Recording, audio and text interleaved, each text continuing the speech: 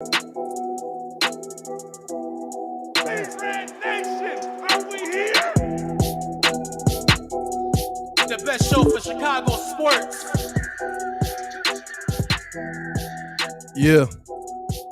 Yeah. What's good? Y'all know what we do. Y'all know what we came in for. What's good, y'all? It's your boy Pat the Designer back at it again. Appreciate y'all for tuning in and rocking with us for another daily show. Gotta get into these Bears today. Saw Coach Eburflus' interview yesterday. And you know what? He's got me a little excited. Gonna be talking about what this Bears identity will be moving forward. And then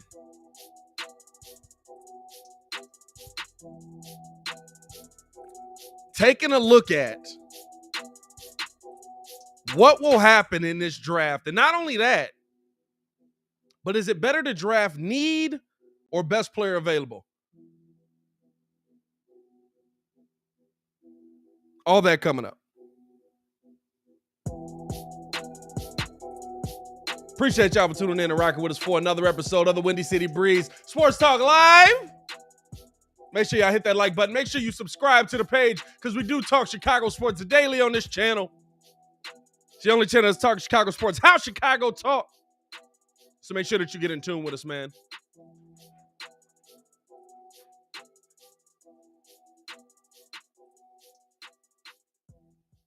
How y'all feeling today, man? How's the chat today? What's good? What's good? We got Justin in the chat. Justin caught my Wizards dad joke yesterday. Hey, hold on to that one, man. Kenny in the chat. Kenny, what's good? Appreciate the love on the hoodie, man. You know what I'm saying? This is probably my favorite hoodie. I'm not going to lie to you. This is probably my favorite hoodie.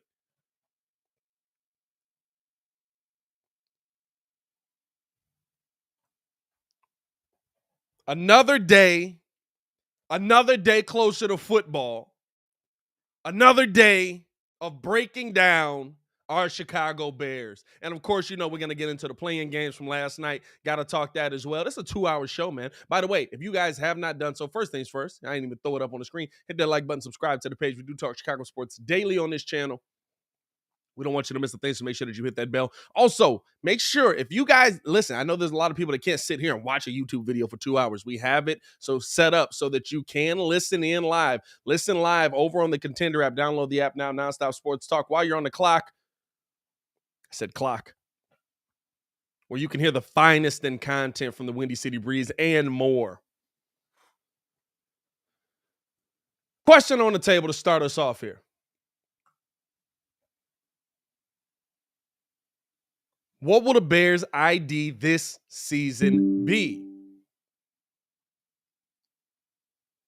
What will the Bears' identification, what will their identity be this season?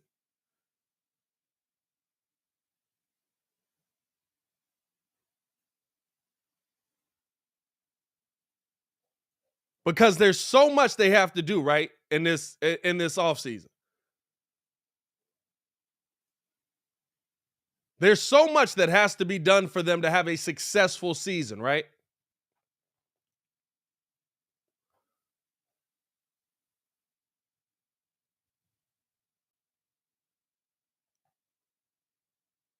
And for me,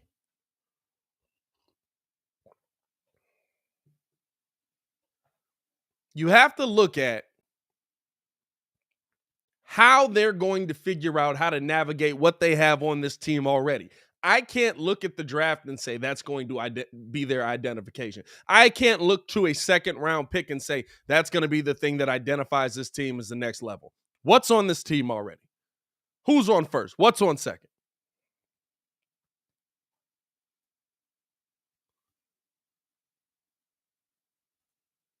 And especially when it comes to Justin Fields, especially when it comes to how this team's going to figure out what their offensive identity is at a minimum, right?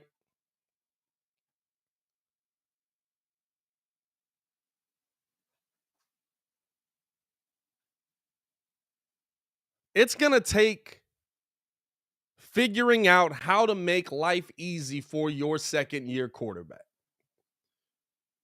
I like Julian's comment. Strong run team. You have to be. You have to be. And it's going to seem weird, right? Because when you're talking about the team's identity, you would hope, right? For us, we would hope that it would be a completely new identity. We would hope that it would be a completely new identity, right? Like we've seen the monsters of the Midway, the strong defense. Hey, listen, 36 inches of bare head back here built on defense. We've seen that.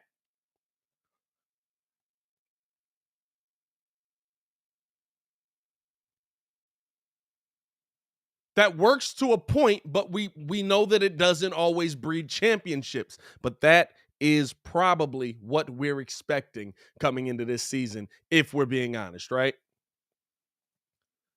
If we're being 110% honest with ourselves, you have to expect that. Why? Because it's how your team is structured for success right now. It's how your team is structured for success right now. And how do you figure out if Justin is the guy? You take as much off of his plate as you can, and you make his football life easy this first season with Matt Eburflus. And I think just hearing it, did you guys get to hear Eburflus on Collinsworth podcast? First off, the fact that Chris Collinsworth is in the game. That's the thing about podcasts, right? Like listen. And I did see somebody say, hold on. Somebody asked, who asked the question? Somebody asked the question. J-Dub Gaming said, are you uploading to the podcast anytime soon? So here's the thing with the podcast. I do want to say this, and then we'll get back into Matt Eburflus. One, like I said, it's a lot on my shoulders, and I have failed on uploading on the podcast side. That's on me. But we're also trying to find a new hosting site, one that can kind of put some more money in our pocket. We want to post on these podcasts because it's how we can get paid off of them, but we got to find a new hosting site for our podcast, so it might take a little bit to get it back in rotation. But especially during the playoffs for the Bulls and stuff like that, we're going to try and get back on that as much as possible. So just to update y'all on the podcast side. I know Mud's been looking at like, what the heck is going on? But back to Matty E on Collinsworth. Oh, that's what I was saying. With all these podcasts out here, like it's making it hard in the game. It's making it hard in the game when, I'm trying to compete with Chris Collinsworth on, hey, what are the Bears doing this season? When Collinsworth can just be like, hey, Matty E, what's good? You want to come on the podcast this week? Come on, dog. I'm working out here. Trying to figure it out. Had to give up my Lakers tickets. Here was Matt Eburflus on Collinsworth podcast, speaking on where he felt his quarterback was at currently. Address where you think that Justin stands now after that first year and coming back, because it is going to be a new offense that you're putting in. I think he's in a great spot. We've had these meetings for, a week and a half now, and he's been meeting with the offensive staff, and he feels very comfortable in this offense. This is a rhythm and timing offense. It's based in the West Coast system, which you're very familiar with. And I think that, it's going to be very quarterback friendly for him. And it's been quarterback friendly for a lot of guys in the past. And you can see the way it's coached, the rhythm and timing of the passing game is really going to help him to understand when to get rid of the ball, what his progressions are, if they're pure progressions, if they're yes-no progressions, or whatever that might be. He's going to have a clear understanding of what the offense is. And he's really doing a good job right now grasping that and helping to teach it to the other players as well. So we're excited where he is, and the offensive staff has been working their tail off on setting up every facet of the game, from the screen game to the run game, play action. And we're just moving along right now, going through it for the first time. And he's doing a great job of grasping. There's two things crazy about that, right? One, that the defensive coordinator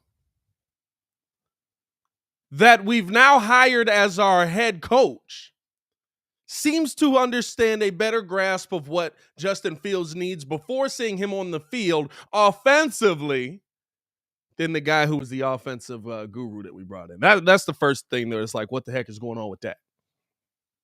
But second thing that I noticed there is that he really talked about, and when you hear him talking about Justin, dog, when you hear him talking about what's going to be brought in, and if you listen to the full podcast, shout out to Collinsworth, go check it out. It's a great interview.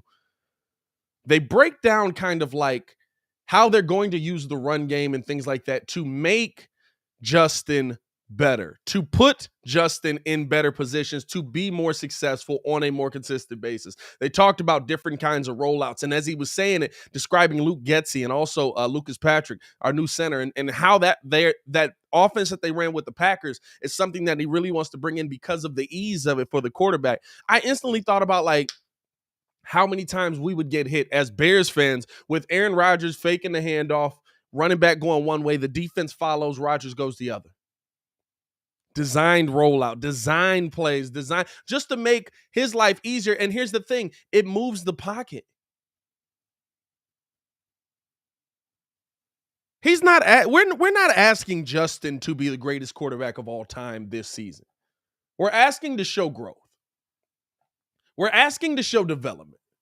We're asking to show that you understand what the football game is, right? And that's all Matty E's asking of him. So that's why I come in with the question, what will be the Chicago Bears identity coming into this season? Because will it be the quarterback? Will it be Justin Fields?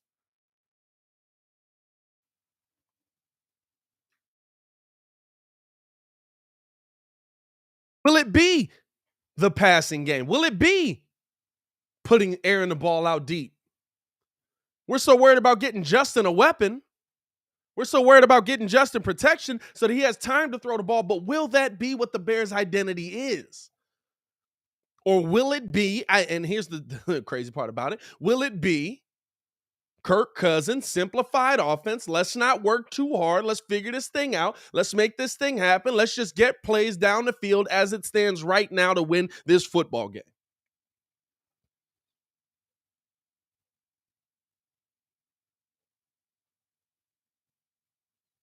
And if it is going to be that, how does that translate to the success of the Bears? See, there's a lot of things that are ins and outs, the nuances, the caveats, stuff like that, right? Where you have to look at it and you got to say, okay, here, listen. And I've given you the list several times of the quarterbacks we play this season based on the teams we play. There's opportunity. I'm not saying that I would be fooled by it. I'm not saying that I would be sitting here saying, hey, listen, the Bears are back in one season. If we did perform well on a successful a successful season versus a third place schedule, I'm not saying that would be the end goal for me. But if we're being honest, right,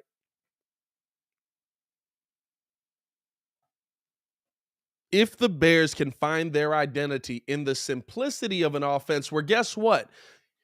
I don't need Justin Fields to have the best wide receiver in the NFL. I don't need Justin Fields to have the craziest weapons. I need him to have pieces that are solid. I need him to have pieces that are going to get the job done. You know why? Because we're going to rely on David Montgomery and Khalil Herbert to get this job done. And I know, listen, there's a lot of Bears fans that'll roll their eyes at that, right? There's a lot of Bears fans that'll roll their eyes with that, right? Because are you telling me running and defense, we're going to do that again? When's that won the last Super Bowl? I'm not looking to win a Super Bowl this season. I'd love to. Don't get me wrong. I'd love to.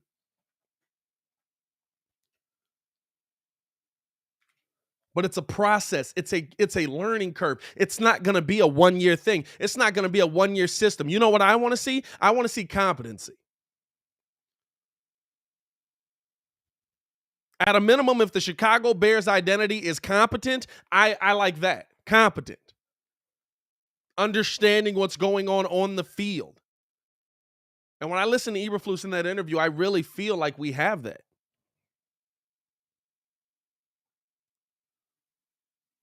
And the biggest thing with it, good question, Jaden, how good do you think Justin can be? I think Justin can be amazing. He's got all the talent in the world, but it's not about having the talent, right? Mitch has talent. Mitch is an athlete. He's not a lifelong quarterback, but he has talent. There's talent there. But he doesn't have the IQ. How do you see that? That's the difference between a good head coach and a bad head coach. How do you adjust to what the player has? I think Justin has talent and has IQ. But here's the thing. Justin doesn't have good experience. There's no experience that getting hit in the face multiple times brings you, except, hey, I don't want that to keep happening. Yeah, every now and then you learn how to pick up a blitz package, and I think we saw that from Justin last season where he was able to pick up blitzes better, and there were certain things that he was able to get done a little bit better, right? Where we felt good about, okay, Justin's got this, he's adjusted to this, he's learned from this. But there's no such thing as, hey, there's 5 guys on a full-on, all-out blitz that are going to run me over, that you gain knowledge from that, right?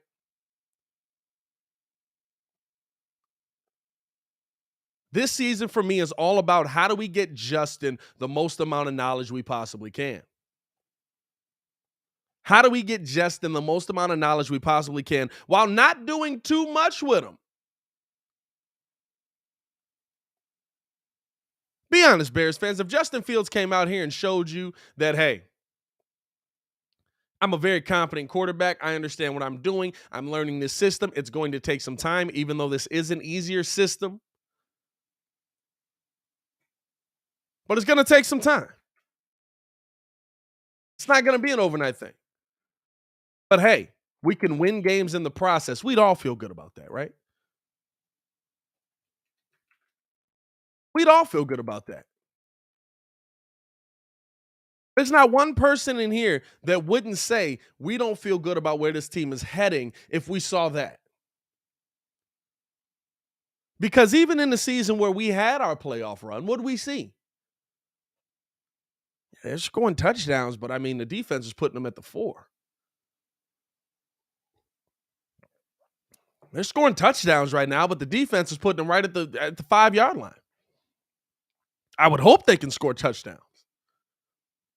They're scoring touchdowns, but Mitch is starting at the 50. I would hope we can go 50 yards. Questions. For me, it's about how do you get Mitch to show you, good Lord, I went back. For me, it's about how do you get Justin to show you that he understands what's coming into him and he's processing it and putting that out onto the field.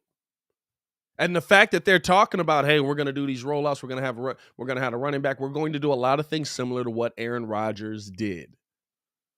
Excites me. Not because I think Justin Fields is Aaron Rodgers, but because I think Aaron Rodgers is in an offense that makes Aaron Rodgers' life easier, while Aaron Rodgers also makes that offense's life a lot easier. You know what I'm saying? But it makes it easier on him because, like, there's so many options you can do. And here's the thing. Here's the caveat. Whether it's Rodgers, whether it's the offense, whatever it may be, people are open. Jackson, shout out to you. People are open. On Green Bay, how many times have we said nobody's open? We haven't said it. We've said they dropped the ball. MVS dropped the ball. Equinemius St. Brown dropped the ball. Robert Tonyan dropped the ball. There's one dude on the team that didn't drop the ball, and he's on the Raiders. Shout out Cornelius in the chat.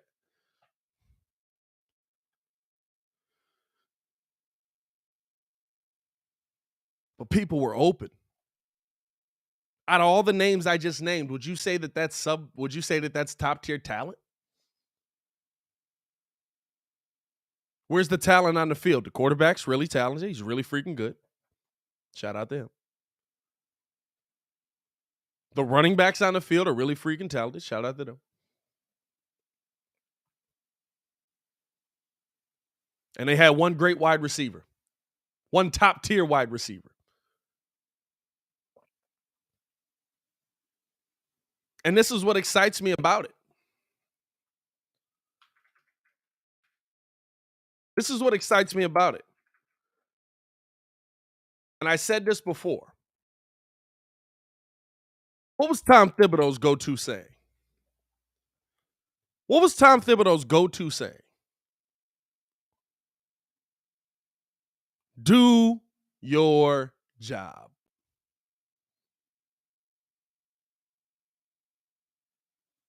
Do we have guys on this team right now that can do their job? Do we have guys on this team right now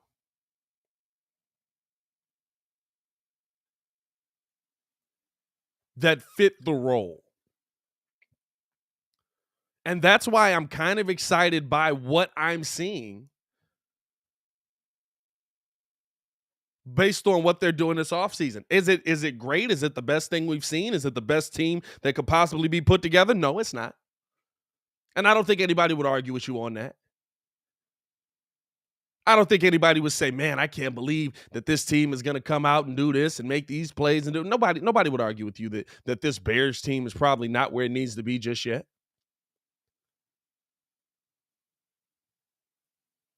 But you know what a good conversation is? I got some guys that'll do their jobs. I've got some guys that'll be in the right position. I've got some guys that can make plays on this specific play for this specific offense, for this specific defense, for this specific role on this team this season. I've got those guys. Does that mean they're world beaters? Nope. Does that mean they're the best talent out there? Nope. What do they do well? Their job.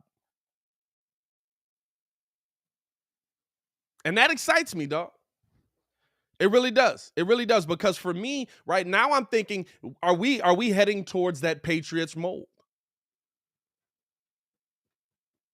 We've had this conversation multiple times. Who's the superstar that the Patriots had? Tom Brady.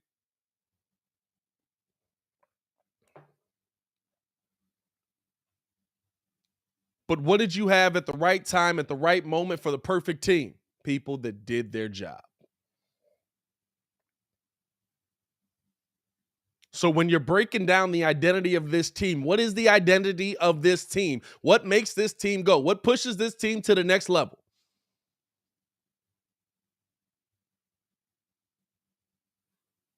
David Montgomery being able to come out here and do his job. Khalil Herbert being able to come out here and do his job. Darnell Mooney being able to come out here and do his job. Right?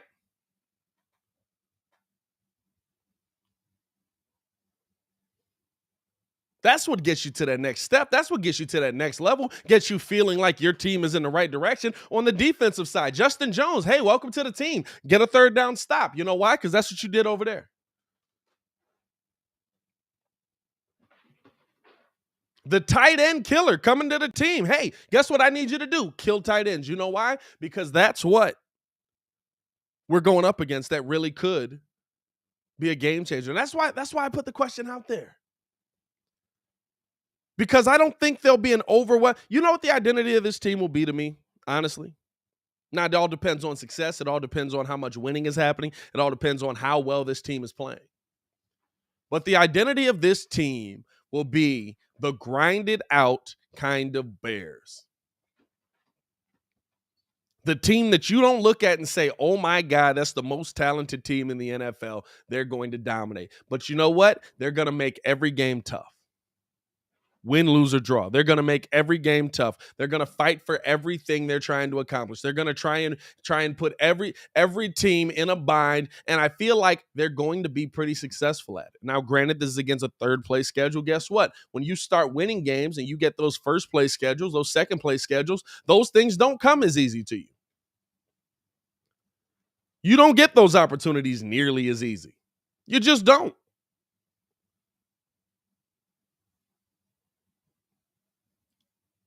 But you've got a foundation. This is all about building a foundation this season. You've got a foundation for this team.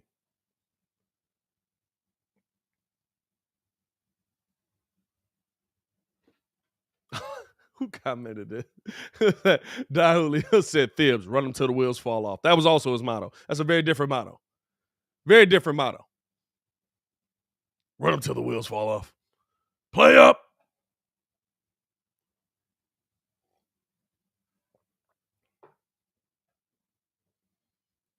But if your foundation pieces are the grinded out pieces, you're starting from a good place, right? Think about the Bulls. Take the Bulls into account with it. Think about our favorite Bulls. Even on that Derrick Rose team, right? You needed another superstar to go with Derrick. But where did the foundation of that team come from when you had that piece? Joakim Noah, Kirk Heinrich, Luol Deng, grinders. Fight it out, grind it out kind of guys, right? This is about building a foundation. This is about building your base. You've got stars on this team. You do. Roquan Smith's a star in the NFL.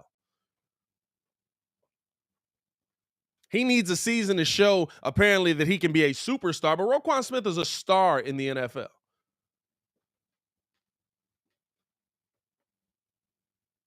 But other than that,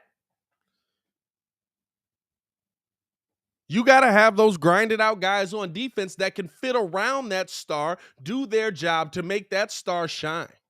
See, I think the difference with where we come from, right, is like we had so many stars on our winning teams.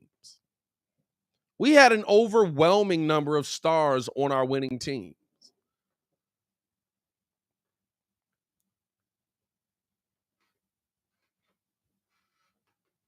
You think about those dominant Bears defenses from the early 2000s. Briggs, Tillman, Urlacher, Brown. Stars at almost every level of the defense. Almost every level of the defense.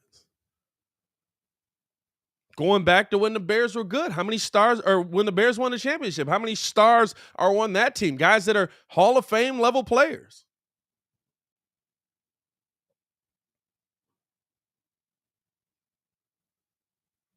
That's where, to me, right, like, if I'm looking at what we've seen work in this city, yeah, it's been full of stars, but there's been a limitation to it because guess what? You have to pay all those stars like they're stars. You have to pay all those players like they're Hall of Famers. You know why? Because they're Hall of Famers. You got multiple Hall of Famers on that defense alone. You got to pay all those guys that way. When you find those grinded out guys, though, and that's your base. When you find those grinded out guys and that's your base, that changes the level of your team moving forward because those guys you can pay. Those guys you can find. And guess what? You can continue to find those guys. You know why? Like, I know I keep flipping back and forth to the Bulls and Bears, but, I got Bulls and Bears logos back here. It is what it is. You know why you move on from a Taj Gibson? Because you get a Bobby Portis. You know why you move on from a Bobby Portis? Because you get a Daniel Gafford. Grind it out. Make plays. Just go hard. I need you to give me energy, heart, hustle, and muscle guys.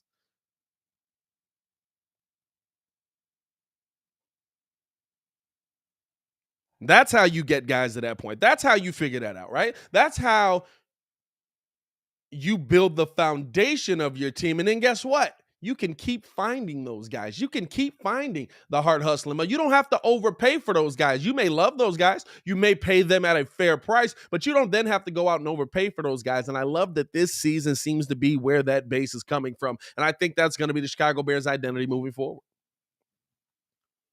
What do we need you to do? I need you to just work hard. And there's going to be, here's going to be the interesting part, right? There's going to be a rooting out of some of the guys that are on this team that we thought weren't those grinded out guys, or we thought were those grinded out guys that really aren't. That's going to be interesting to see. That's going to be interesting to see. Does Eddie Jackson make the cut? Is Jalen Johnson really a part of this defense?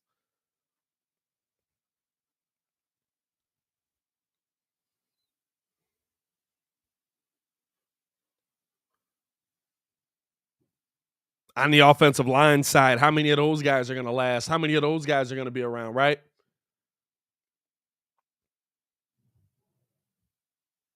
It's gonna be interesting to see, man, and I'm excited for it. I love how Eburflus kind of broke it down. I love what he was talking about with what his motto was with the Bears and how he wanted to go about it in that interview with Collinsworth. You know what I'm saying? I just really think that the Bears have found a good piece. Now, listen, I thought the Bears found a good piece with Matt Nagy, right? It's all proof. It's all pie in the sky until you see it on the field. Deja, what's good? It's all pie in the sky until you see it on the field. But once you see it on the field, what is that going to look like? What is that going to be? That's going to be the interesting thing to see, man. Hey, listen, we appreciate y'all for tuning in and rocking with us. As always, if you haven't done so, hit that like button, subscribe to the page. We do talk Chicago sports daily on this channel. We don't want you to miss a thing, so make sure that you hit that bell. Another question that I have for you, right? Because listen, we can talk about this and that. We can talk about making this move. We can talk about figuring out, who do we have on this team? And is it the grinded out guys? Is it the stars? Do you need the stars? Do you need the next level? But we're heading into this draft with a lot of holes to fill, right?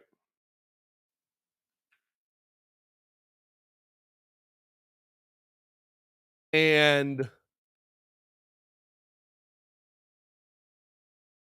you basically don't have your full slate of picks for a while to try and figure this thing out. Now, next season, I guess next season you got your picks back, but you're losing, right, coming into this year without your full slate of picks, an opportunity in a very deep draft. And it's one thing that Eburflus said too, a very deep draft in a COVID year. You could, after COVID, right, because a lot of guys sat out, you could have fixed a lot of what you needed to fix this year with this team because of how deep this draft is. But because you don't have your full slate of picks, you have to try and figure it out. So the question on the table here,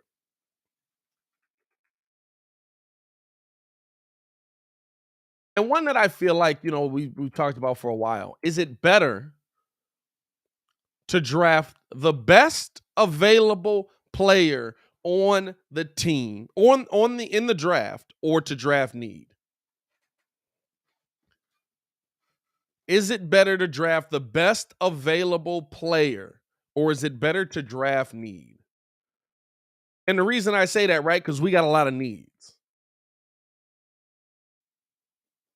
We've got a lot of needs, right?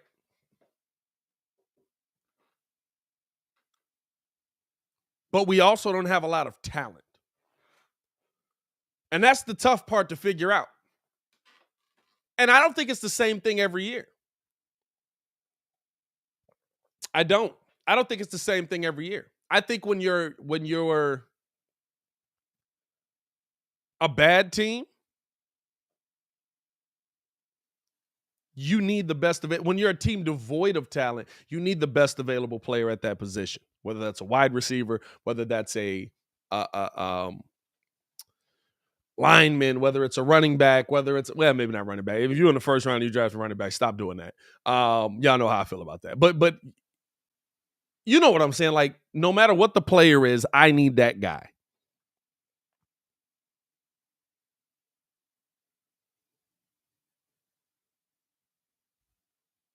But I don't feel like the Bears are in that position, and there's one reason why.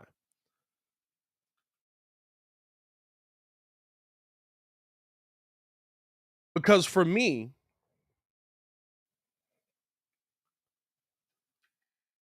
if you have the quarterback position figured out, or at least you believe you do, you need to draft, and here's a mix of it, the best available player that helps him. There's a lot of needs that this team has, right? But you can take your time in fixing the needs if Justin shows you he can play football. There might come some losses in that. You might have some losing seasons. You might have some tough games. You might take some L's, right?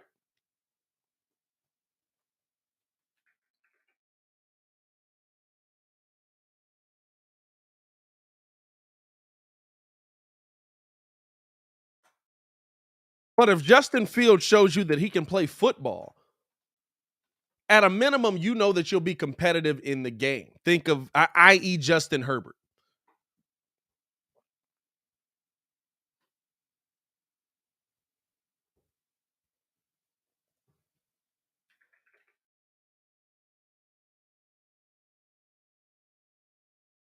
Justin Herbert was on a team where,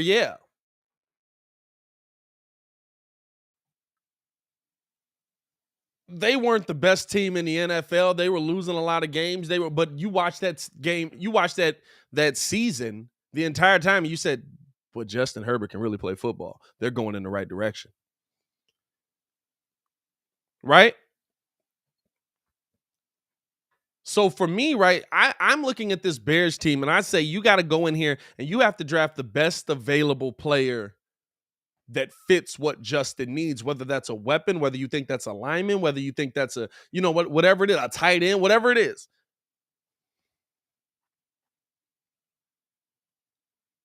But you've done all of this, and it's the mistake that the Bears have made in the past. You've done all of this to put Justin in a position that he needs to be successful for your team to be successful. You now have to double down by buying into him and doing everything you can for him. I know that sounds crazy because it's a game of 52. You still need to fill out the rest of this roster.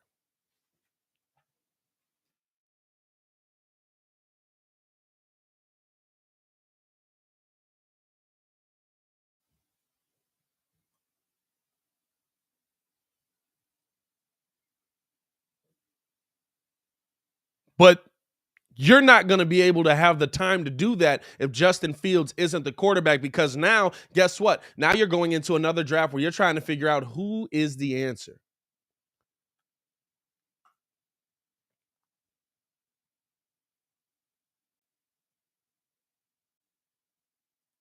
Who do we find at quarterback? Who do you have at the quarterback position? Who's going to be the guy that you can go in there and say, nope, I know this guy's able to play?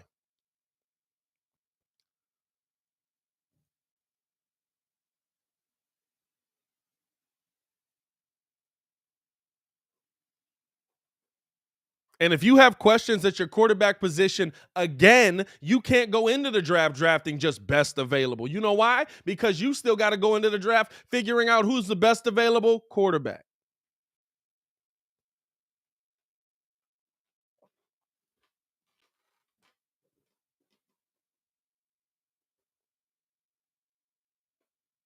Shout out to Bear Forever for the super chat. Appreciate you. He said, fun fact, today is the 110-year anniversary of the Titanic striking an iceberg, sank on the 15th. Just thought you should know, LOL. Also, are you planning a draft watch party, Pat? We'll probably do a draft live again, like we did last year. I don't think we'll be nearly as excited as we were last year for it, but we'll probably do a draft live. Was that the 30th of April? Depends on if the Bulls play or not. We might still be in the playoffs. You know what I'm saying? Playoffs, baby. Woo! Let's hope.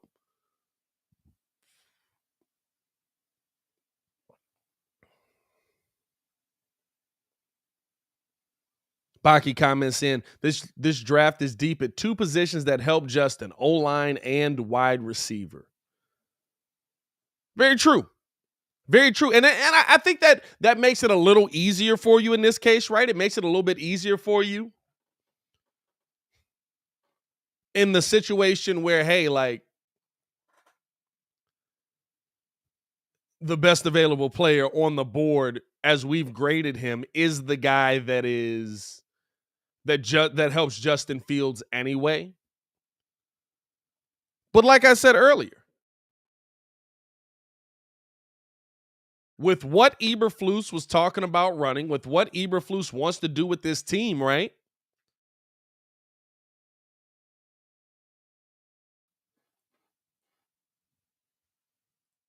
You're really talking about like, hey, can this guy do this well? Can he do his job well, right? Like, I don't think you go find Justin's new number one this season, in the draft. I don't.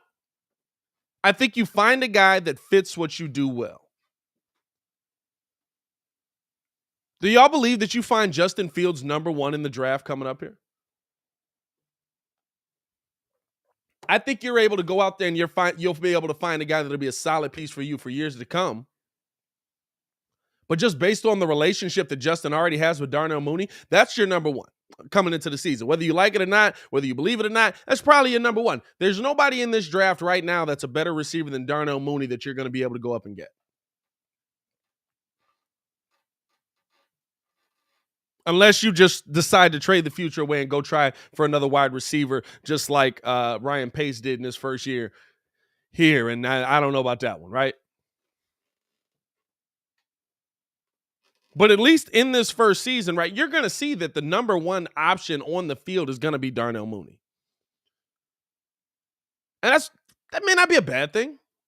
It's going to be yet to be seen, right? You got to see the talent on the field. You have to see what he's going to be able to produce. But I mean, honestly, like,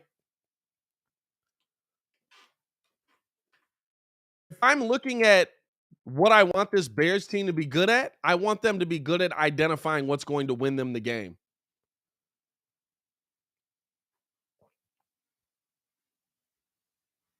Whether that's the run game, whether that's the quarterback, whether that's the wide receivers, whether that's the tight end, no matter what it is. All I care about is them being able to identify what's going to win them the game. If Justin Fields doesn't have the best wide out target coming out of this draft, that's fine.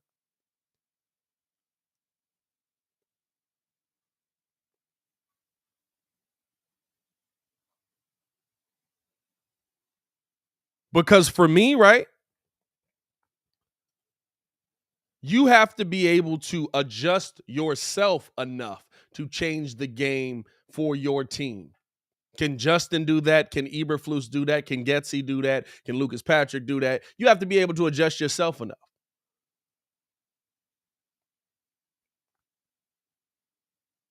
And you have to be able to take those steps forward for this Bears team to get in that position, right? Like that's what this comes down to. Again, we're talking about building a foundation here. We're talking about building a foundation here. We're not talking about, hey, you found the next superstar. Now, listen, if George Pickens becomes the next superstar talent or Sky Moore or whatever it is, right? And we got more people that we're breaking down. Be on the lookout for those videos today. I know I said I was going to drop them yesterday, but yesterday was a wild day. Also got to do another Locked On Bulls live again, probably solo, because my boy Hayes been a little bit under the weather.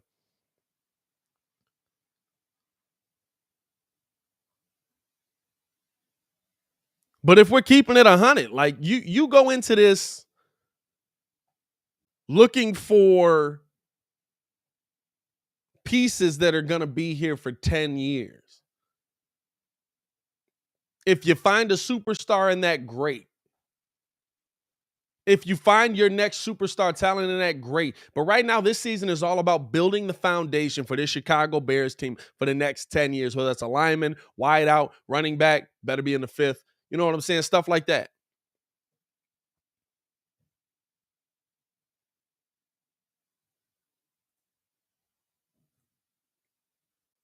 The best available player to me for Justin Fields does that for you, because it takes right now. You think about the Bears, right? So many questions. Hey, let's run through the questions real quick. Is the quarterback good? Is the coach good? Is the coaching staff good? Is the GM good? Is Jalen Johnson good?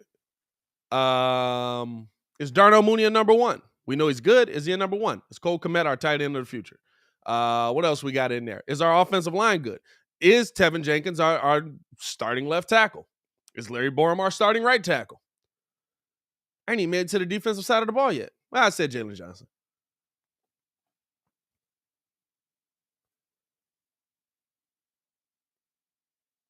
You need to start taking questions off the table. You need to start taking questions off the table. And the biggest question for this Bears team right now is, can Justin Fields be your quarterback for the next 10 to 15 years?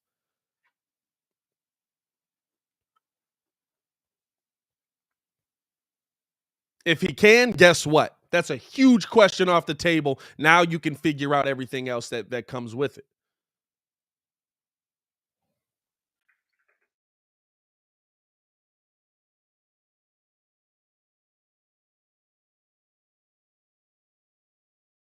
Now you can figure out everything else that comes with it, right?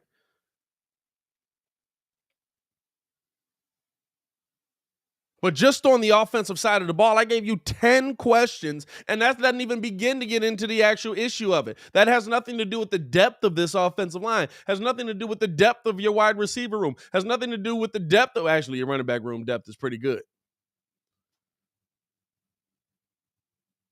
Your tight end room depth is pretty good too as well. Good Lord, how many tight ends we need. And listen, Cole Kmet might not be the answer, but we know he loves some Jesper Horsted.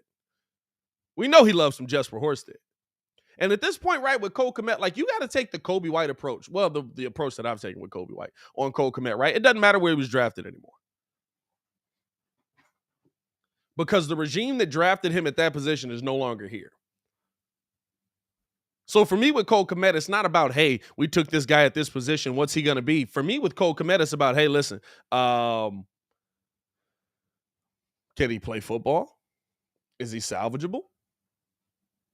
Is he going to take a leap this season? Is he going to be a next level player? Like, you know what I'm saying? Like, for me with Cole Kmet, it has nothing to do with, hey, is he going to be the best tight end in the NFL? That question's out the window now. The organization that drafted him is no longer here. Because you would assume that based on what you've seen, this organization might not have drafted that same player right there.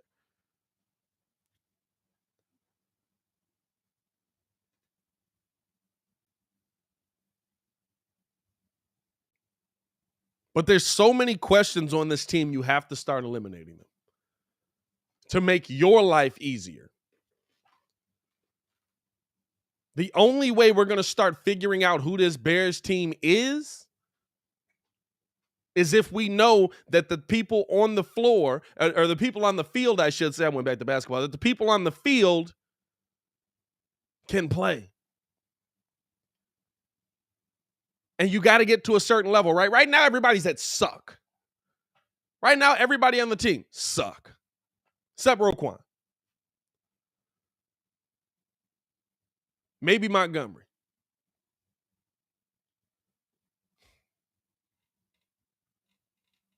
Other than that,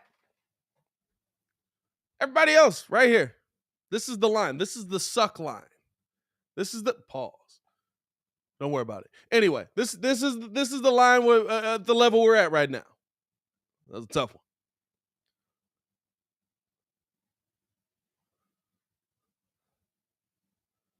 There's two guys above that line right now. Two. There's two guys sitting above that line right now.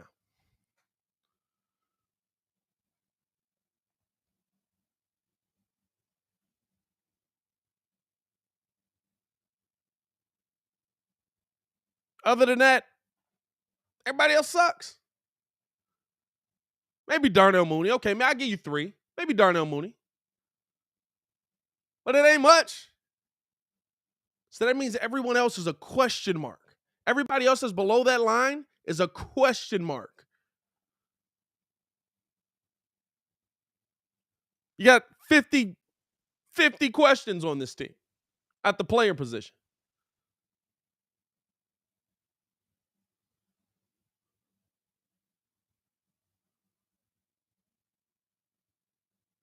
You know what I'm saying? Like, that's the thing for me. Well, like, how do you get above that line? Listen, Khalil Herbert was nice in a couple of games. We saw him do some really good things. I don't know if Khalil Herbert's the future. I know that Khalil Herbert makes David Montgomery expendable.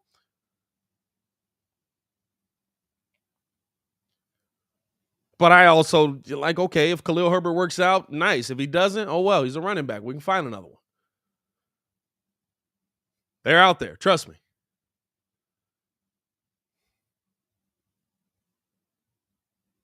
But you've got a lot of question marks. Chris says Jalen Johnson doesn't suck. How do we know?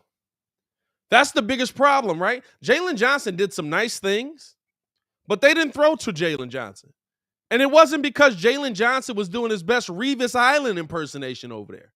It was because the dudes on the other side sucked so bad that there's no way I would go to anybody but you.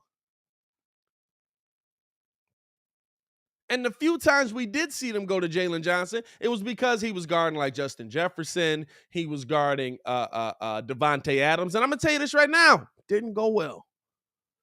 Not to say he can't develop into a better player, not to say that's going to be what he is, but it didn't go well for him. Jefferson might have actually. I think Justin Jefferson, what did he do against us last year? Let's look that up real quick.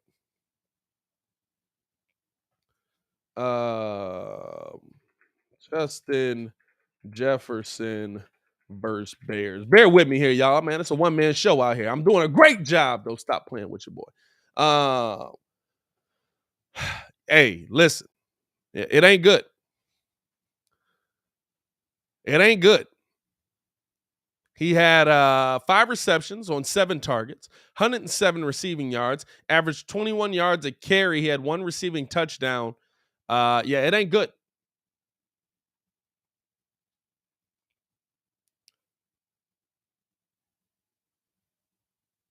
Now, last year, different. Last year, you had better DBs, or 2 years ago, better DBs. Kind of, not really. He still cooked you, though. But in the second game, he didn't cook you nearly as much.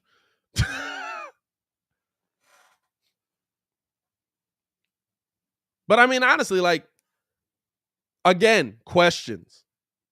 Can Jalen Johnson really play? I hope he can. I think he can. I'll tell you what. He's done some good things against Devontae Adams. I love the play. You know what I'm saying? He puts his arm out. Ball comes in. Adams going for the hand. Brings the other arm in. Knocks the ball away from behind. Beautiful play right there by Jalen Johnson. I love it.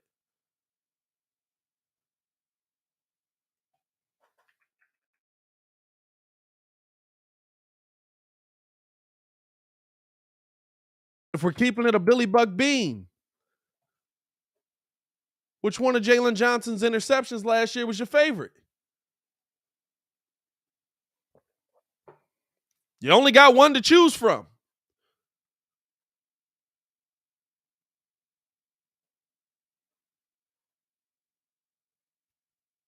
You only got one to choose from. Now, that's not on Jalen Johnson alone. That's not on the Bears. It's more so on the Bears defense, right? It's more so on everything else, and the fact that they really weren't throwing his way. I think he ranked among the lowest in the NFL on pass attempts towards his direction. Why was that? Was it because Jalen Johnson proved that he was Revis Island? No, it was because Jalen Johnson was the only DB on the field that was at a minimum competent. You've got questions.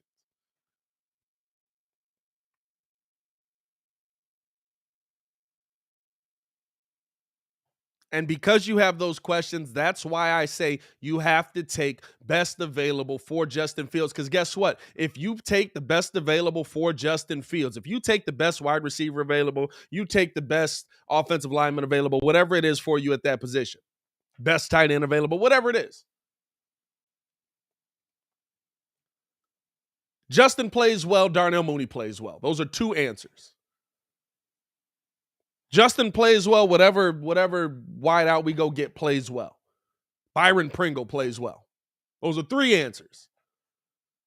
Now you've got 3 answers on the offensive side that you can pair with the 2 answers that you got standing behind you, and they're 1.5. And Montgomery and Herbert.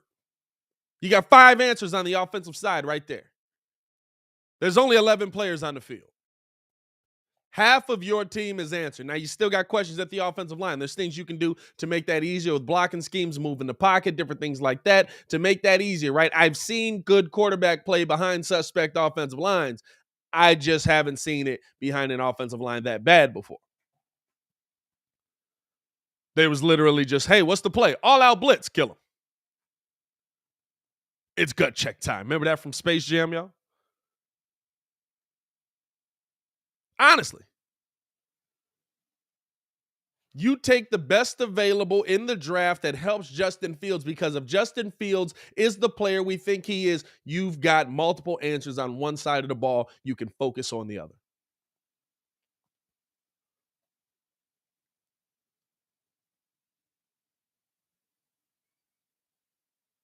You're trying to narrow this down all at once. You're trying to figure this out all at once. You just are. Unfortunately, the guys that left here left you with the cupboards bare. All you got in that mug is what's Cedric the Entertainer saying? The Kings of Comedy, you dig? Had peanut butter, no job. No jam, peanut butter, no jam. That's all you got. We got peanut butter. We got no jam. We got plenty of peanut butter, no jam. There's no jam on this thing.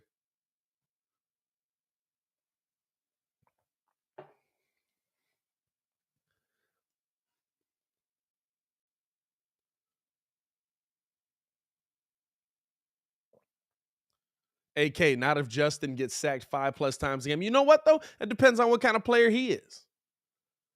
Like, I get the idea of it. I'd rather have an O-line that protects Justin. I really would. There's no, I don't care if they went to the Super Bowl last year. I don't care. There's no scenario where I'm like, yeah, keep getting your quarterback killed. That's going to work for you in the future.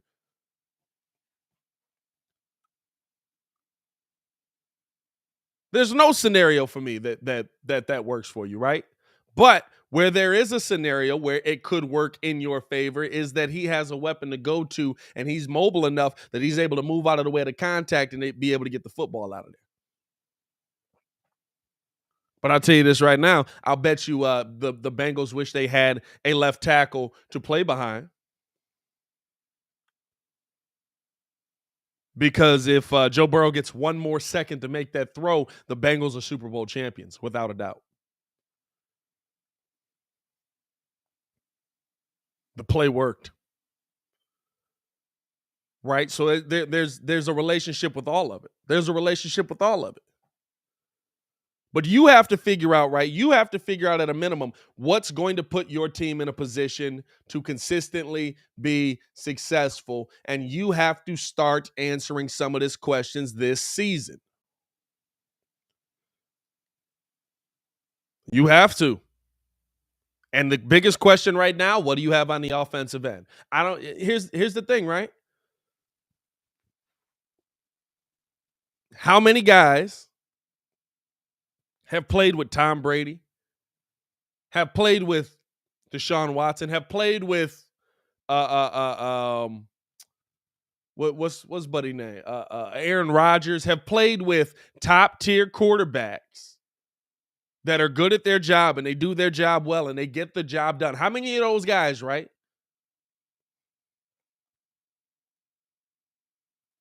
Left that quarterback for a subpar quarterback and they weren't the same player. Quarterbacks can make the receiver. Now, the receiver can make the player, but the quarterback has to, at a minimum, get the ball to the receiver.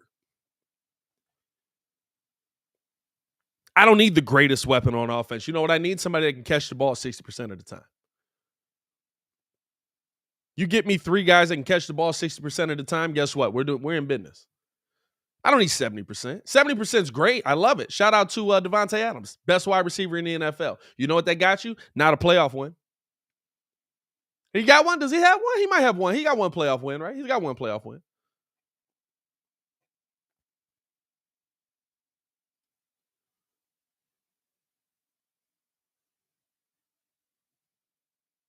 You got to have more guys than just the one dude that can catch the football. Give me 3 dudes that catch the ball at a 60% clip.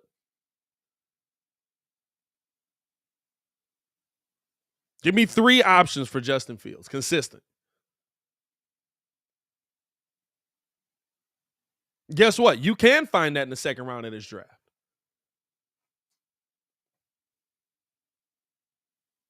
For me, the reason I wouldn't go Sky Moore over George Pickens, but the reason that I really like Sky Moore, he is 5'10". Yes, he is another kind of like Darnell Mooney type of receiver, right?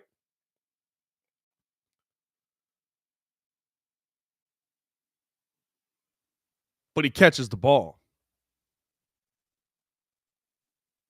When the ball comes his way, he holds on to it. You know what I'm saying? Like, it's about holding on to the football. I don't care if you're the biggest guy. I don't care if you're the best wide receiver in the NFL. You know what I care about? When you come across the middle in the end zone, if the ball hits you in the hands, it's going to stay in your hands. How many times last season, multiple seasons did we see guys catch the ball, fall down, ball pops out, now it's not a touchdown. Even last year, in the end zone, Justin Fields making plays, getting it down there. 3rd down, ball in your hands, dropped it. Cole Kmet, I'm looking at you, bud. Cole Kmet was actually decent between the numbers. but it's about being able to do it in the end zone. Oh, and by the way, the one guy that we had on the team that you could have used that way, they didn't want to use him that way. And Jimmy Graham was pretty good at catching footballs in the end zone. They didn't want to use him that way. We want to give Cole the opportunity to be. Hey, listen, Cole ain't cutting it, brother. I like Cole. I want Cole to be good. I hope Cole's good for this football team, but Cole ain't cutting it right now. Shout out to y'all, man. Appreciate y'all for tuning in and rocking with us. Hit that like button if you're in here. We got 59 people in here, man. Hit that like button, subscribe to the page. We do talk Chicago sports daily on this channel. We've been breaking down what will the Bears' identity be this season, and we talked about what the Bears should draft this year heading into the draft, best available or their biggest need. But let's switch gears a little bit. Switch gears here a little bit, man. Let's get into a little bit of NBA today. Because, again, woo! Playoffs, baby! And I broke down in a video, by the way, once you guys are finished with this video, make sure you guys, or once you guys hop off the live, or if you're on the move or whatever it is, man, make sure you check out the latest video from the Windy City Breeze. We got that over on the channel, talking about the Bulls regular season review, 2021-2022 review. My thoughts on it, my thoughts on where this team is at, where this team is going, stuff like that.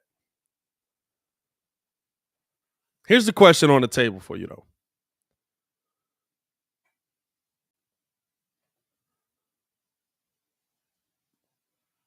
Has the NBA play-in diminished making the playoffs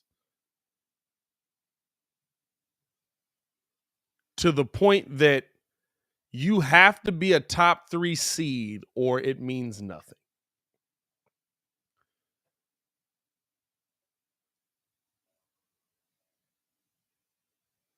Has the NBA play-in diminished the playoffs to the point where you have to be a top 3 seed or it means nothing?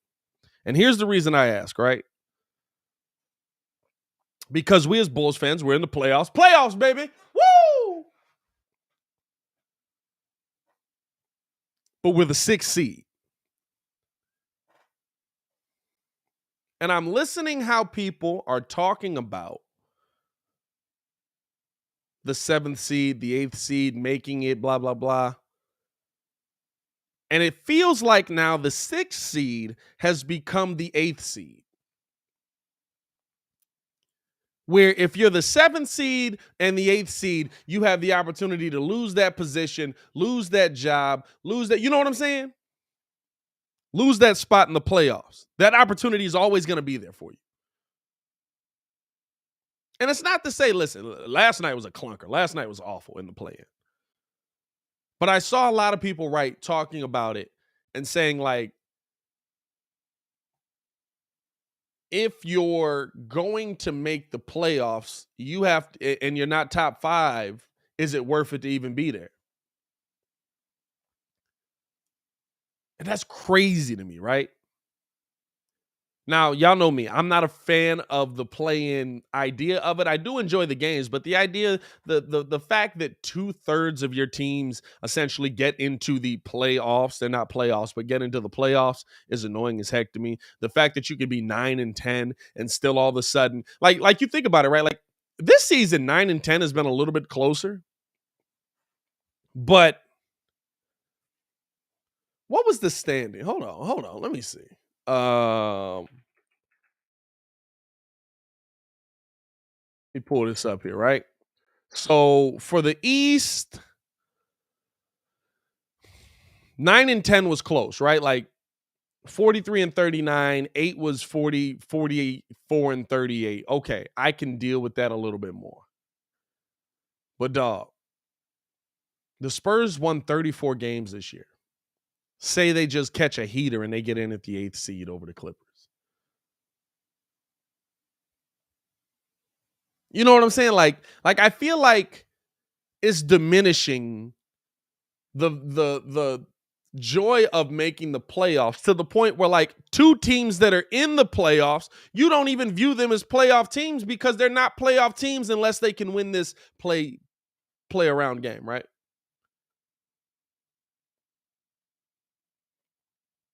And for me, this is the anomaly. How many times have we seen the gap between 8 and 10 be huge in the Western Conference? Now, granted, 2 years in a row, shout out to them. They've made it entertaining. They made it fun. I've enjoyed the play-in games. I'm not going to say that I'm a fan of it because I'm a fan of breeding things that are gearing you towards winning more, right? Like this doesn't do, like the Spurs made the play-in game. They still could have a top draft pick. And they lost the play-in game. They still could have a top draft pick, right? Like, it seems like every year they're doing more things to make winning less. What's the word? Winning mean less. Doesn't mean as much to win. It doesn't mean as much. For me, right, the Bulls are a 6 seed. The Bulls are a 6 seed. For me, I'm over the moon with that.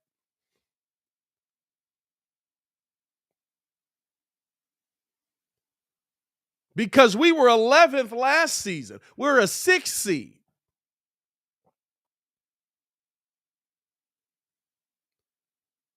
But it's looked at as not your middle of the pack. It's looked at as you just missed the play.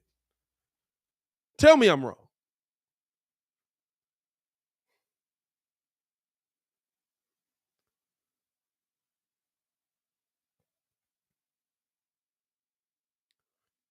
It's not looked at as, hey, like now 6 is looked at as like you barely made the playoffs.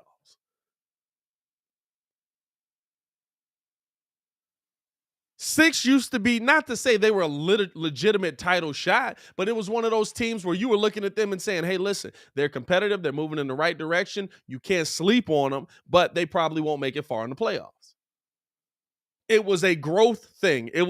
For the Bulls, it became like a regular thing where you were just middle of the pack. But like it was a growth. Hey, we're moving in the right direction. We're doing this. We're here now. We're here. We're moving our way up. We're slowly climbing the rankings, right? Everybody looked at it like we just missed the playoffs this year. We didn't. We were a long way from missing the playoffs. And I'll tell you what, the play-in's a lot more fun when your team ain't in it.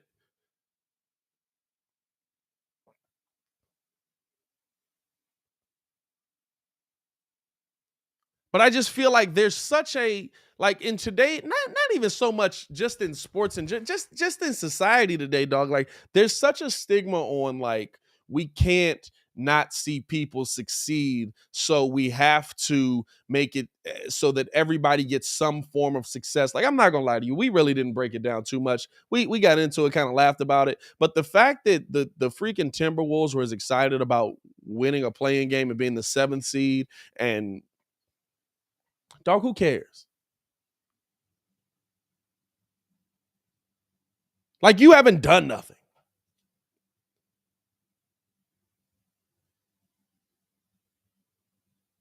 You sitting here screaming about, oh my God, I'm so happy we made it. I told you we was gonna make the playoffs. And I want to be dog, like you barely made it by the skin of your teeth.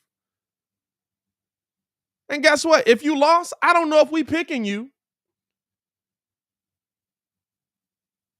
to beat the Pelicans. I really don't.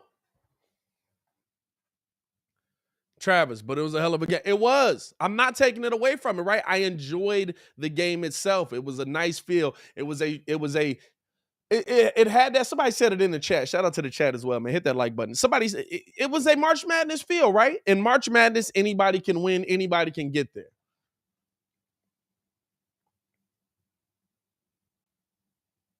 But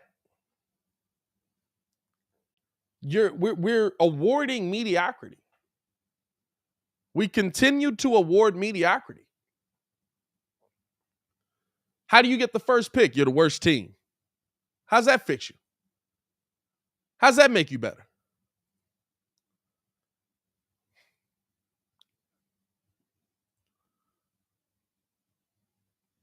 You know what I'm saying? Like, how's that make you better? Vern says it was based on making the regular season mean something. What does it mean now? What does it mean?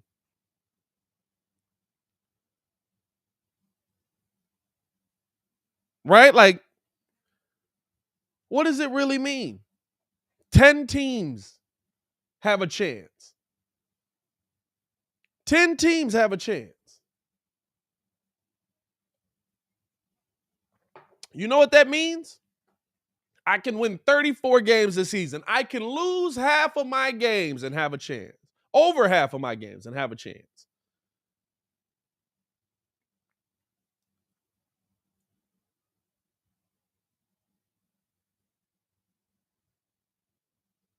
You know what I'm saying? Like, the Spurs won 34 games. The Spurs won 34 games.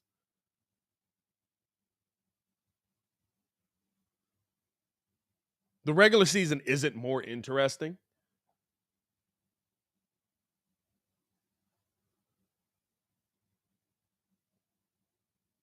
You know what I'm saying? The regular season isn't more interesting. It just isn't. Roy, you can judge how people celebrate, fam. That's bogus. If a dude don't get numbers in the club and he get 2 numbers and celebrate, good for him. Okay, that was a weird analogy, but dog, like, yeah, I'm gonna talk about how they celebrate it for this reason, because like it shows me that you're not striving for more. They got multiple all-stars on that team. Multiple all-stars. What are they striving for? Thank God we're in the play-in game and we won that. You ain't won nothing yet.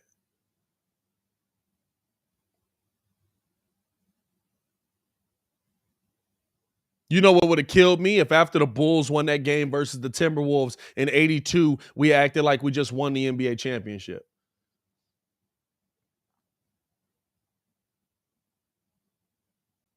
What have you done?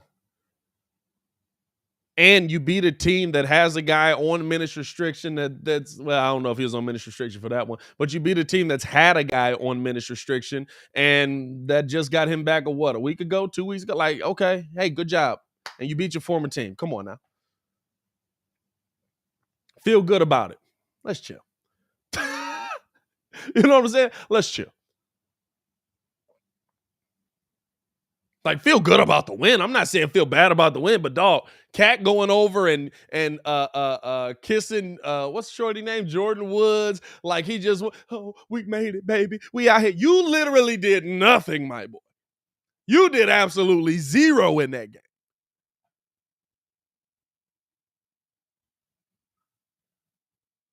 Bacchus, like I said earlier in my comment, Pat, we're in participation trophy mentality generate. We are. We are.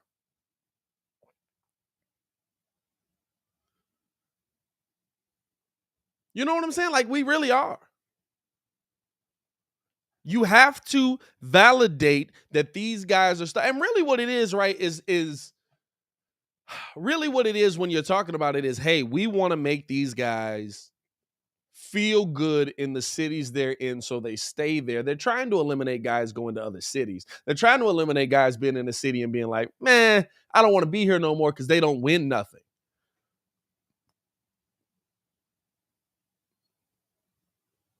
You know what I'm saying? Like, oh, now I want to play in game. We're moving in the right direction. I feel good about being on the Timberwolves. They're trying to eliminate Anthony Edwards saying, hey, I want to be a Laker. That's what they're trying to do. They're trying to make things interesting for these muds because they can't, the stars in today's NBA can't sit in a situation where they're losing and fight through it. Credit to Dame Lillard for dealing with everything that they've gone through out in Portland. Credit to him.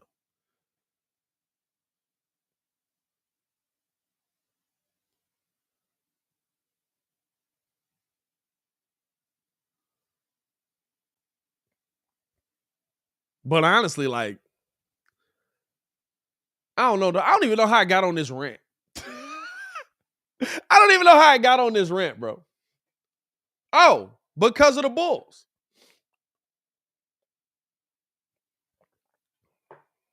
Because of the Bulls. Like, I feel like in today's game, in today's NBA, Bulls fans don't feel good about where we're at because we were just outside the play-in game. And that's why I said, has the play-in diminished the pride of making the playoffs?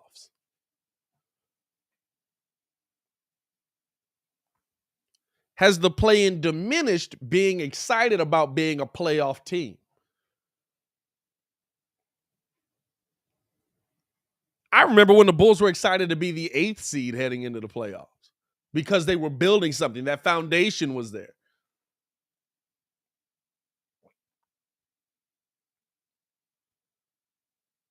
But it really feels like, especially with the Bulls, they're like, hey, listen, we just barely made it.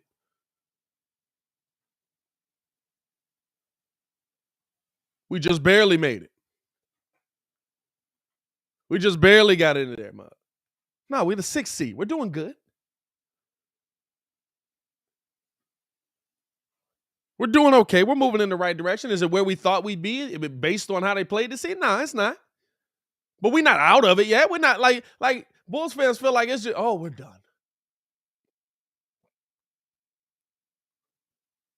Let them be done before we say, yeah, we're done.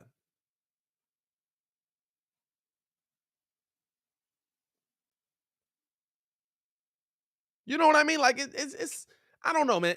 For me, like I feel like now the regular season means even less. I've said multiple times, like my thing for winning is you essentially have a losers tournament. Like for me, right? The play-in should be the tournament that we talked about for getting the number 1 overall pick. Because what does that do? If you're a top team, you don't want it.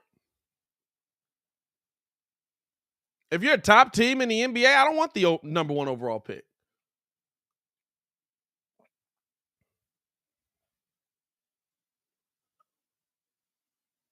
But if I'm 7, 8, 9, and 10, yeah, I need that pick. I need that pick. I need it because guess what? If I'm, who we got? The Spurs or the Pelicans or the Timberwolves. What is adding that level of player? Now, granted, he's still going to have to come in. He's still going to have to figure out how the league works. He's still going to have to figure out all that. But what is adding that level of player to that team do for that team moving on to the next season? Right? And you still got to get the pick right. The Eastern Conference is a better example for the Cavs, Hawks, Hornets, Nets. Nets is a weird one that they're even in it. But Cavs, Hawks, Hornets.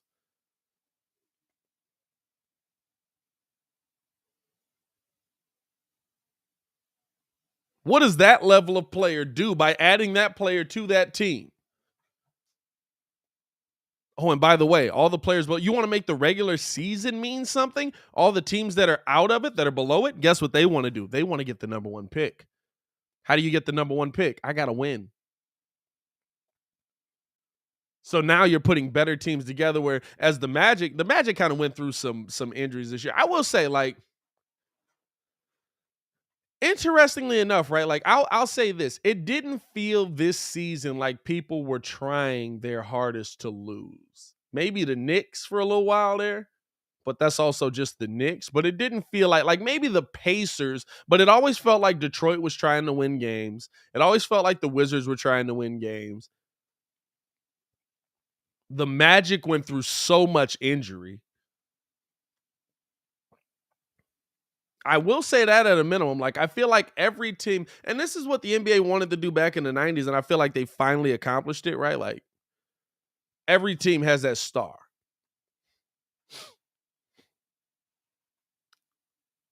Every team has that star.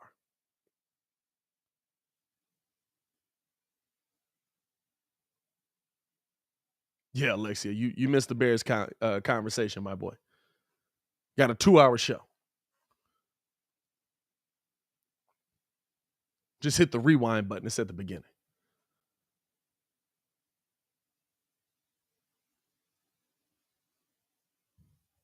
Welcome to the Sports Talk Live. The Spurs have a guy, DeJounte Murray. Possibly Devin Vassell.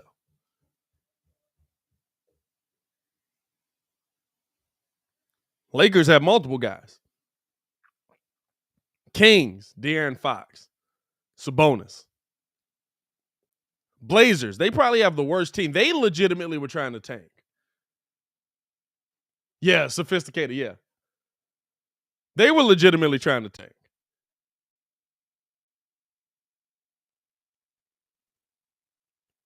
The Thunder were legitimately trying to tank, but they got nice players there. Shai Gilgeous, Lou Dort, Josh Giddey. Rockets. They were legitimately trying to tank. I feel like it was more in the West than the East this year. But like you look at those, right? Like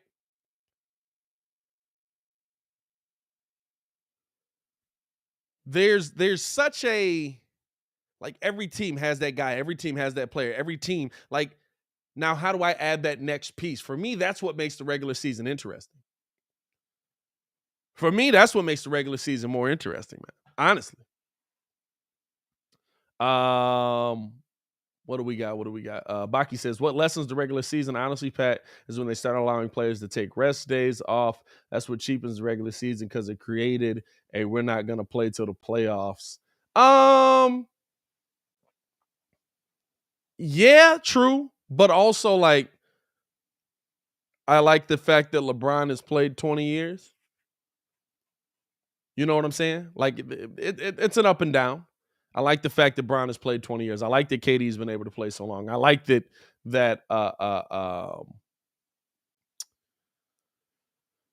Klay Thompson and Steph Curry have been able to play so long. You know what I'm saying? Like, I feel like the switching mentality is what changed that. There's a lot of guys that didn't make it past 10 years. A lot of our favorite players of all time, they played in the NBA 10, 11 years, 12 years maybe. That was a great career. Now you're seeing guys play longer. Now you're seeing guys be in the NBA longer. I like that. You know what I'm saying? I like that. I like that we're seeing our stars stay stars for a longer time because they're taking games off.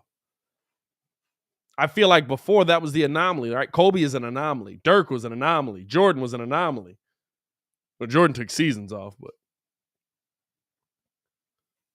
you know what I'm saying? For a lot of those guys, like 20, how long they played, though, like a lot of those guys were anomalies. Stockton, anomaly.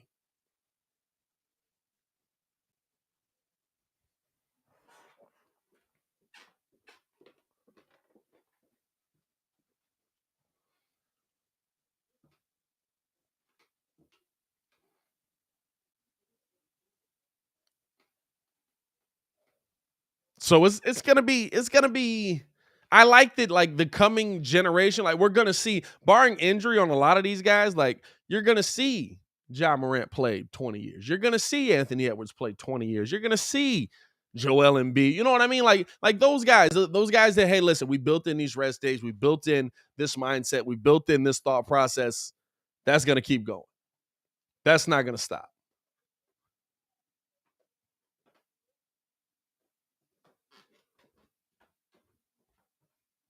And I think it extends how you look at players' careers, right? Like back in the day, 32, the guy's ancient. Now, DeMar DeRozan killing the game.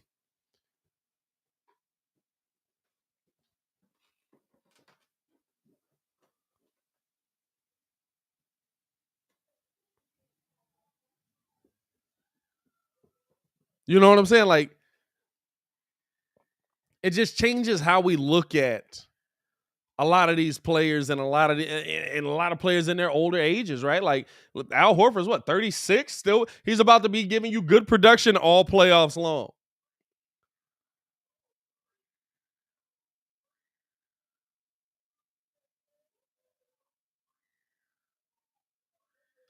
Pat Bev just got fined $30,000 for his post-game comments about the Clippers. Hey, I do want to get into a little bit of the playing games that we saw the other night too. Appreciate y'all for tuning in. Hit that like button, subscribe to the page. We do talk Chicago sports daily on this channel. Let's talk about these playing games, dog, because and also as it relates to the Bulls, but just about these playing games in general, bro.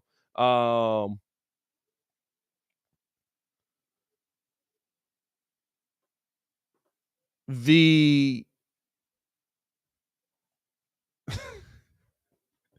The play-in is so interesting because, like, when you see that early, those first two games with like the 7 and 8, you're like, hey, this is competitive. This is entertaining. This is fun to see. I love this. I see this. I'm moving in the right direction. Blah blah blah. Right, like. But then when you see the games last night, you're just like, oh God, how'd they lose, dog? Charlotte. Oh my God, Charlotte. There's so many things to say about Charlotte, bro. Charlotte's built so poorly. And I know that's crazy to say, right? Like, oh, Miles Bridges is moving in the right direction, blah, blah, blah.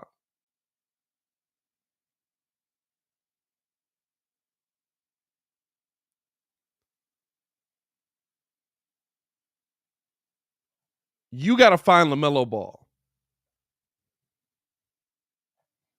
Somebody he can go to in every moment of the game, and it can't be Gordon Hayward.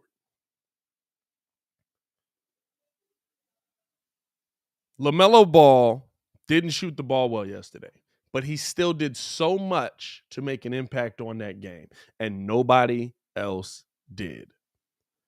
That's crazy. Miles Bridges, there's some play. Listen, we talked about it on Lockdown NBA. Check that out as well. There's some players that are made for 82 games. There's some players that are made for the playoffs. Miles Bridges seems like he's made for 82 games.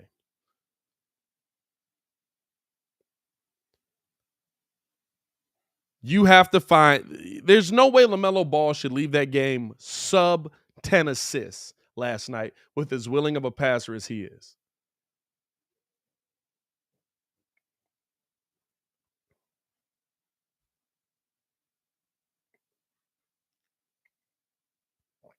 There's no way that LaMelo Ball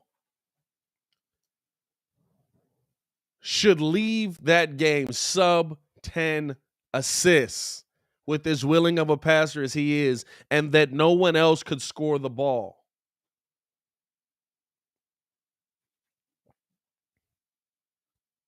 First off, I'd hate to have to go sit. Can you imagine having to go sit in Michael Jordan's office after that? After you get blown out that bad, 132 to 103. You get dominated the entire game. You got to go sit in Jordan's office now?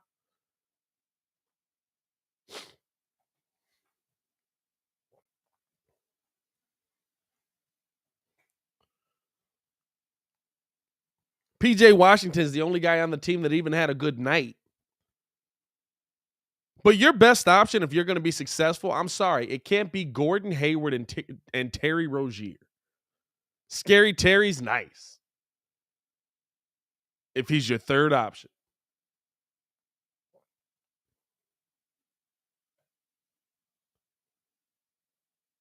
Scary Terry's real nice if he's your third option.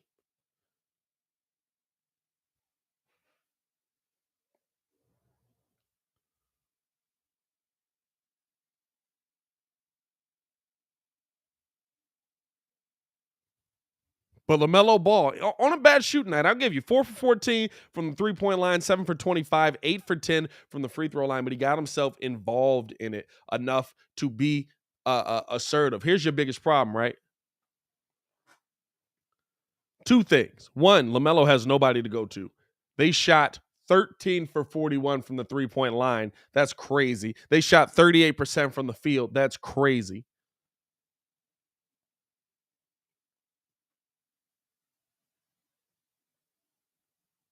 Right?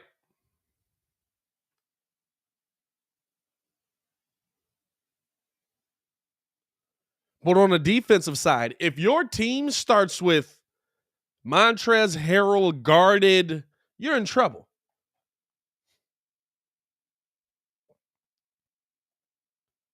You in trouble.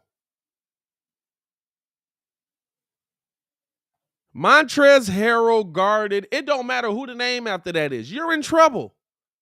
Guess what? Who'd he guard last night? Clint Capella. You want to know what Clint Capella had? 15 points, 17 rebounds, 2 steals, 3 blocks. Can't imagine how that happened.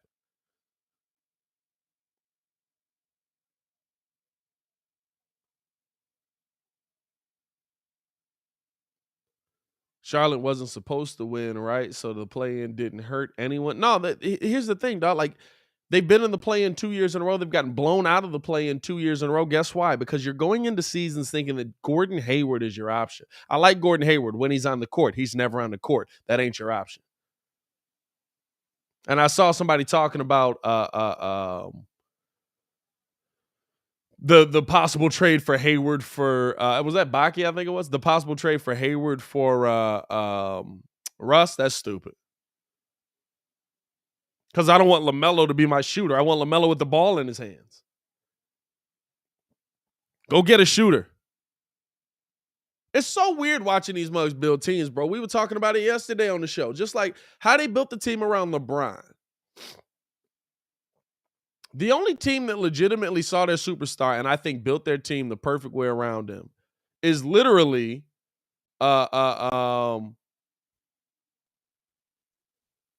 Milwaukee. Milwaukee got Giannis, and they were like, what are we going to put around this dude? Well, he can't shoot, so what are we going to go get? People that can shoot. Sounds like a plan. What about another center? Go get a big man that can shoot. Sounds like a plan. Fam, why is that so hard? Why is it so hard to think that that's what you need? You know what I would have put around Ben Simmons? People that can shoot. Oh, guess what? That's what they did. By the way, Ben Simmons might be back for the playoffs. Or he's supposed to be back for the playoffs.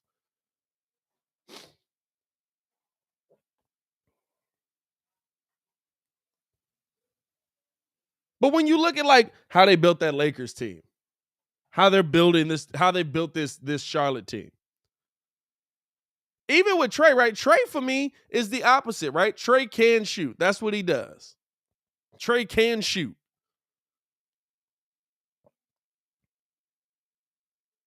But Trey can't defend. So what are we going to do? We're going to put people around Trey that can hide him in the defense and defend him. Now, they don't have enough of them, but it worked for last night. Losing John Collins kind of hurts them. But I'll say this. Hey, listen. Unfortunately, right, like, because you got to talk about the fact that now it's Atlanta-Cleveland on Friday, 6:30. Tune in for that.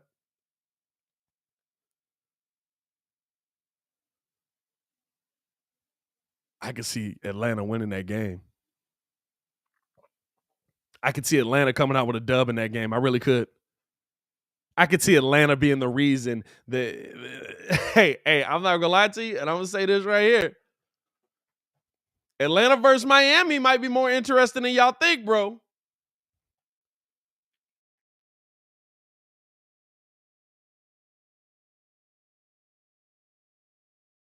Atlanta versus Miami might be more interesting than y'all think.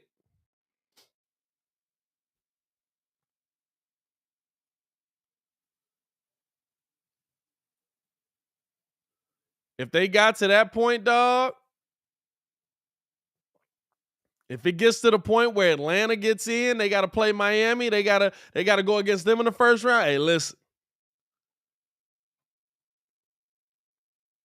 That would be crazy. Because who they got that's going to guard Trey? Kyle Lowry? Ugh. Okay. Tyler Hero? Ugh. Okay. We'll see.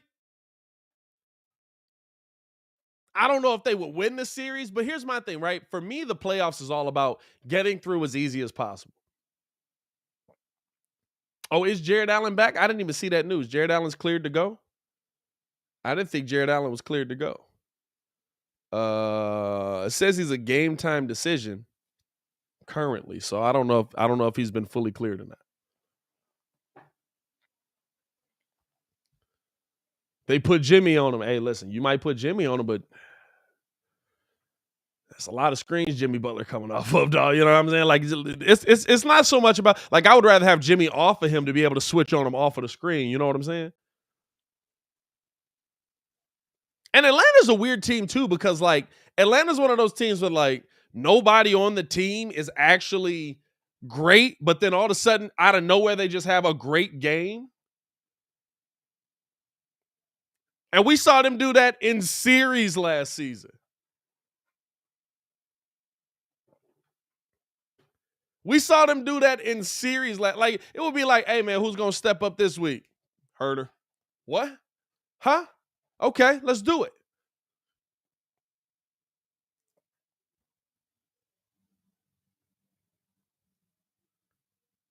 Atlanta's such an interesting thing. And here's the thing about Atlanta, bro. They've got the experience. Experience is big for me, right? Which is why I'm more concerned about going into playing Milwaukee than anything, because Milwaukee has not only playoff experience, championship experience. Milwaukee has not only playoff experience, Milwaukee has championship experience, right? And because they have that championship experience, when things get tough, they have that to fall back on.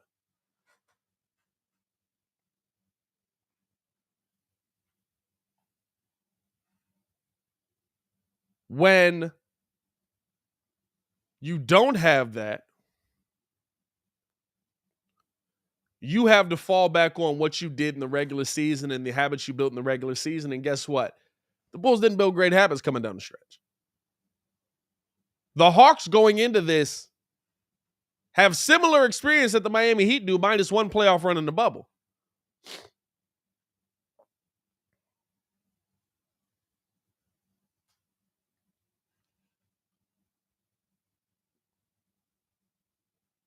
That would be interesting to me, dog. If the Hawks can, I don't know, especially going up against this Cavs team, bro, like, your stars ain't been there. K-Love's been there.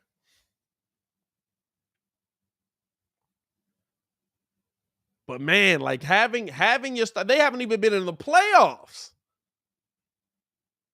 Most of the guys on this team haven't been in the playoffs.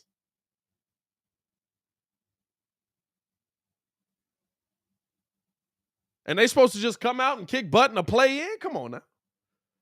That's going to be crazy to see, bro. Rondo is on that team. That makes a difference. Rondo's on that team. I like Rondo. He's on that team. But how much of a difference does that make, right? You know what I'm saying? Like, how much of a difference does that make? You ever think about the fact Rondo got 2 rings? It's crazy to me.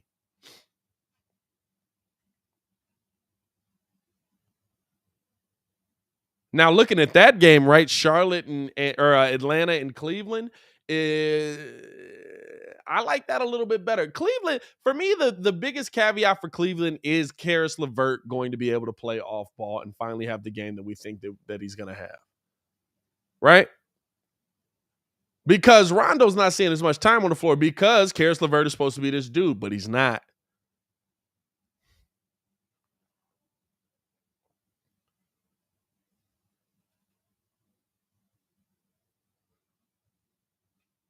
So you got to, for me, that's the biggest caveat with this Cavs team. I don't know if Jared Allen comes back 100% healthy, even if he does play.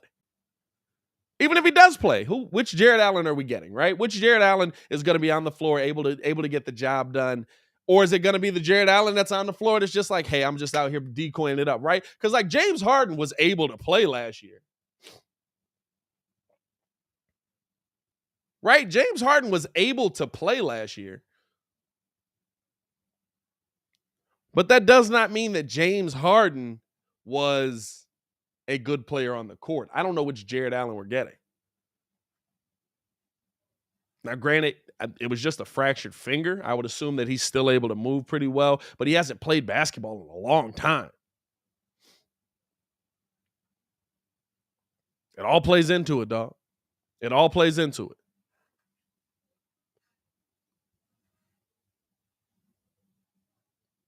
Looking on the other side of the docket too, man. 113-103. Pelicans end up beating the Spurs.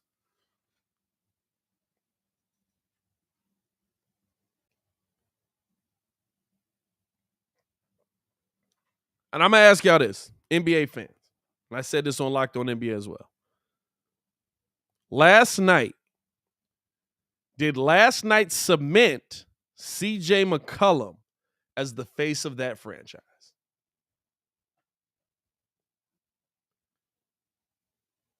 The Pelicans started off this season, I believe, 3 and something. 3 and 23, I believe.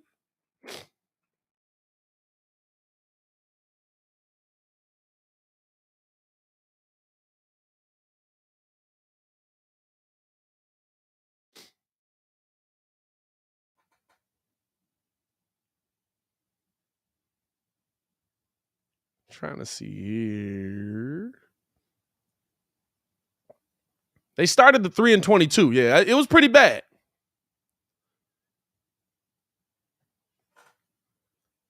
Does that cement him as the face of this franchise moving forward?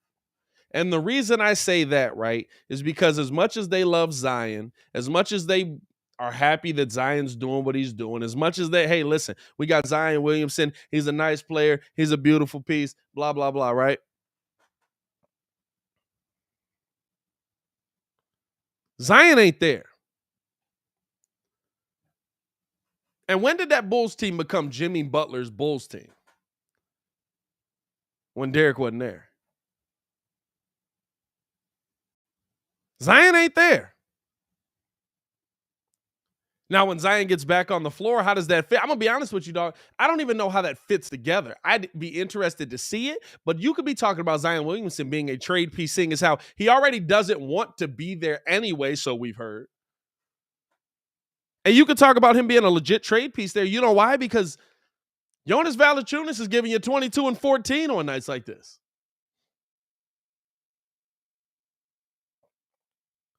Baki says CJ's an all-star, but not the face. They're still trying to build around Zion. Fam, I think you're seeing a different CJ McCollum. It's not even I think. You're seeing a different CJ McCollum. He's getting the opportunity to be the number one. He's getting the opportunity to be that guy, the go-to guy, right? He's getting the opportunity. Like, he was playing second fiddle to Dame, and him and Dame were the same dude.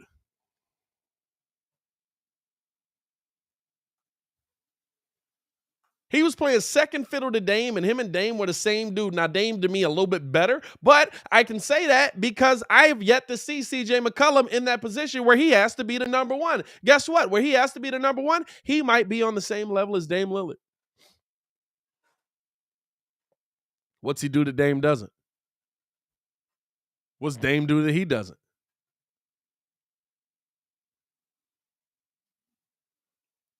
Right?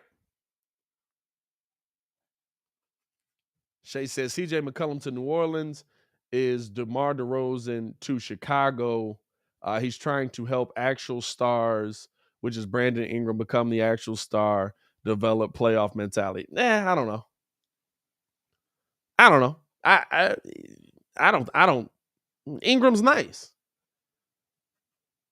What's Brandon Ingram about to become that he hasn't already had the opportunity to become? Brandon Ingram hasn't been held back by the team he's had. Brandon Ingram's been held back because he gets hurt every year. How many games he missed this season? And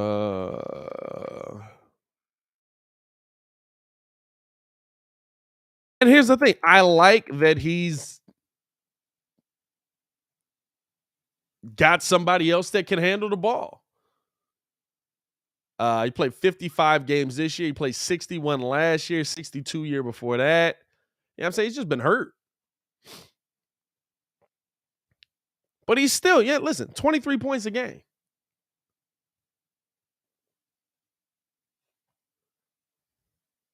He's 23 points a game. Like, he's a nice player.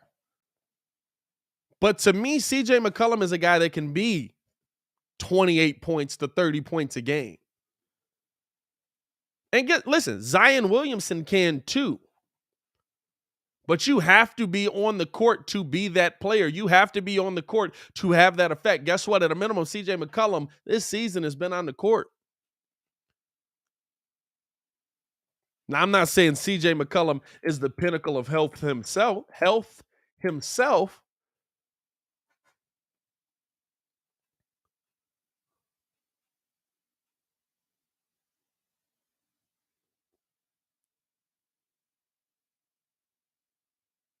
But I look at CJ not as the guy that his stats say he is, the 19 point a game guy. I look at CJ as the guy that had to play second fiddle to Dame Lillard. And when he doesn't have to play second fiddle to Dame Lillard, he's really, really good. Think about, i.e., John Wall leaving or getting hurt and Bradley Beal having to take over as the number one. You would have never seen this Bradley Beal if he continued to play second fiddle to John Wall. You know why? Because the ball was going to be in John's hands.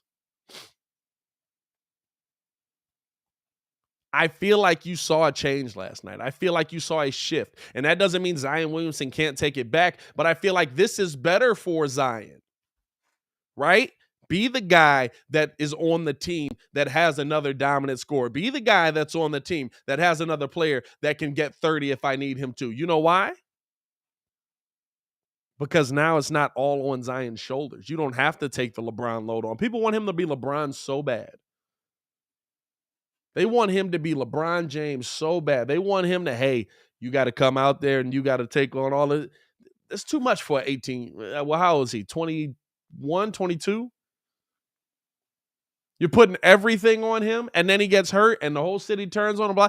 Bring CJ in. Give me B.I. Give me these other guys. Give me Valanciunas. Shout out to this team for building such a solid team. Dog, I wanted Jonas Valanciunas for so long.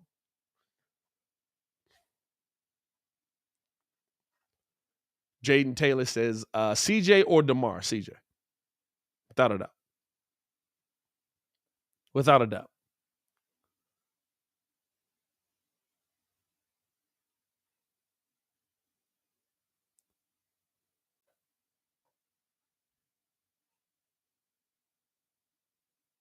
I gotta find that.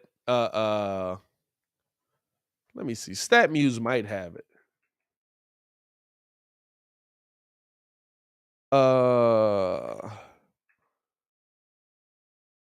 Trying to see CJ McCollum averages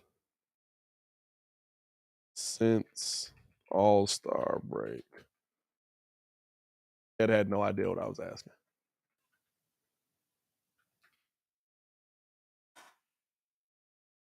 See if Google can figure it out. Because I know it's like 28 points a game, bro.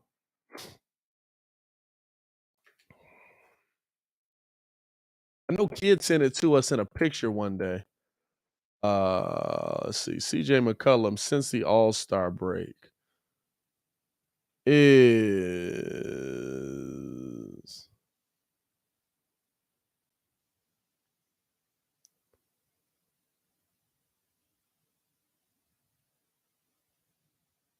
I know there's a long dramatic pause right here. See, this can't be right. This says 23-6. And this is very confusing. 23-6-4. But I know at a minimum, right? At one point, he was at like 28 points a game. Also, he's shooting that on 48% shooting from the field. And from the three-point line, he's shooting 38% according to this. So maybe it's but I mean, dog. 1, 2, 3. Hold on. 1, 2, 3, 4, 5, 6, 7, 8, 9, 10 games over 25 points in a span of 20 games. That's how I know this ain't right. This ain't enough games since the All-Star break. A bucket getter, PBG, professional bucket getter. Y'all know how we get down.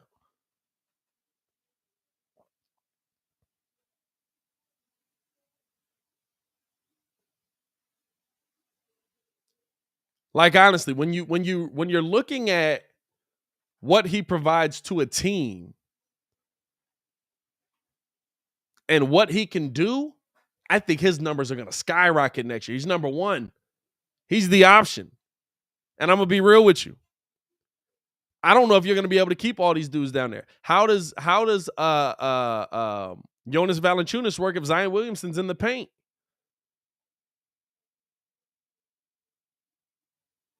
How does Jonas Valanciunas work if Zion Williamson's in the paint?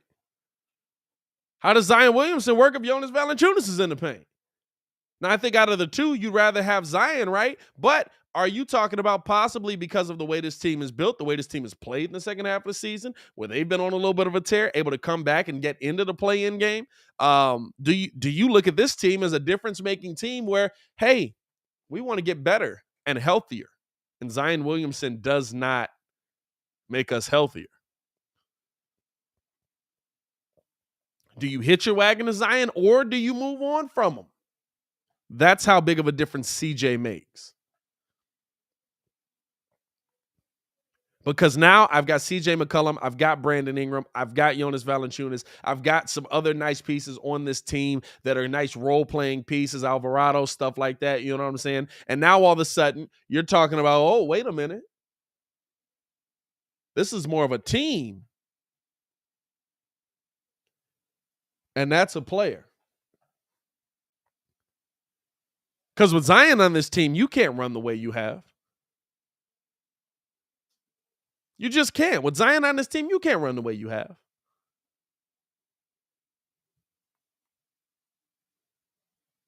And so it's all about like the diet, like how that part breaks down with this team moving forward. And they're going to be interesting, man. They did a good job with the Spurs last night. They pretty much were. And you know what the difference is? This is the difference that CJ brought to this team last night, right? The Spurs got close. I think the Spurs got within like 4, right? If the Spurs got close, they get within 4. And then you see CJ say, all right, that's enough. That's the difference that this team had last night. All right, that's enough. Let's put them away now. It's our time. Nobody else is doing this like us. It's our time. Everybody, okay, hey, listen. Appreciate you guys for playing the work version of our game. DeJounte Murray, love what you're doing. By the way, I told y'all about Devin Vassell. Stop playing with my boy. Man, I hope the Spurs let him go. Man, I hope they let him go. Let's team him and P. Will back up. Let's do it. Devin Vassell is a bucket. Oh, and he would be the shooter we need. Oh, dog. Forget going to get what's his name, man. Bring me Devin Vassell. That's the shooter I want. That's the young shooter I want. Let me get Devin Vassell in here. He shot 50% in college. Let me get Devin Vassell in here. Let's go. Pair him and P. Will back up. Them FSU teammates, man, they get to running it again. Come on, bro. Let's do it. But as soon as you saw them start to get close, as soon as you saw them, hey, we getting this thing. Oh, here they come. Spurs back. I texted Nick from Locked On Mavs. I was like, hey, because we do Locked On NBA together. And I was like, listen, this ain't looking good. We got 2 clunker of games tonight. And then I started seeing the Spurs come back, and I'm like, oh, snap, hold on. Now I'm sitting up. Now we moving in the right direction. Hold on, what's going on here, man? Wait a minute. Let's see what we got here. And as soon as I did this move here, you see the elbow down, you know what I'm saying? Where you leaning up. This is intense. I'm watching the TV here. I saw CJ McCollum say. And I was like, oh, well, all right, let me lean back. Let me just lean on back on that one. Because CJ was the PBG, professional bucket getter.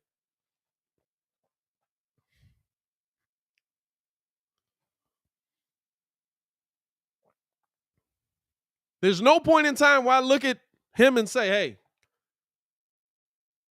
he's not going to get to the basket. So, like, that reason alone, right? Like, now all of a sudden you're talking about Zion Williamson possibly being expendable, and people have this high ceiling for Zion already. There's people that think Zion Williamson is going to take the Joel Embiid jump where, like, yeah, he was injured, but now he's back. He's got himself right. He's got his body healthy. He's lost the weight. He's in the gym. He's doing 360 dunks. Guess what he's going to be doing? He's going to do that on our team. We'll trade for him.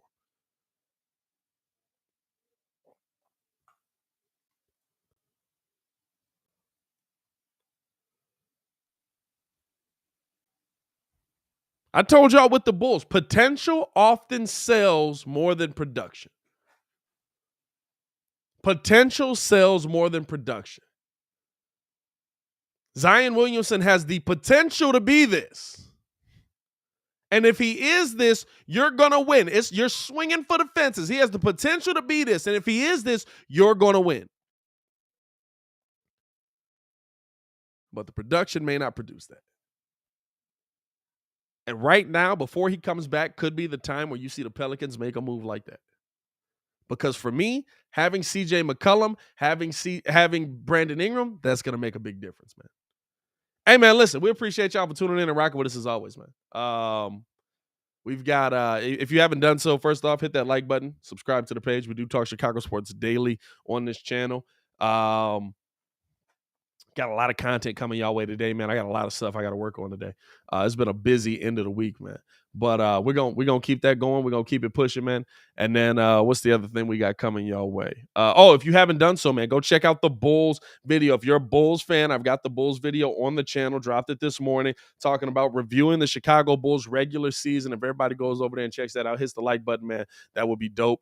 And then we're going to have one previewing the playoffs tomorrow. Tomorrow's the preview of the playoff game, baby. Playoffs, baby. Woo! Bulls, Bucks. We're doing the full preview, man. So make sure y'all tune in with that. 11-1 tomorrow. Yeah, I mean, we got a lot of content coming y'all way, man. We got a lot of stuff coming y'all way.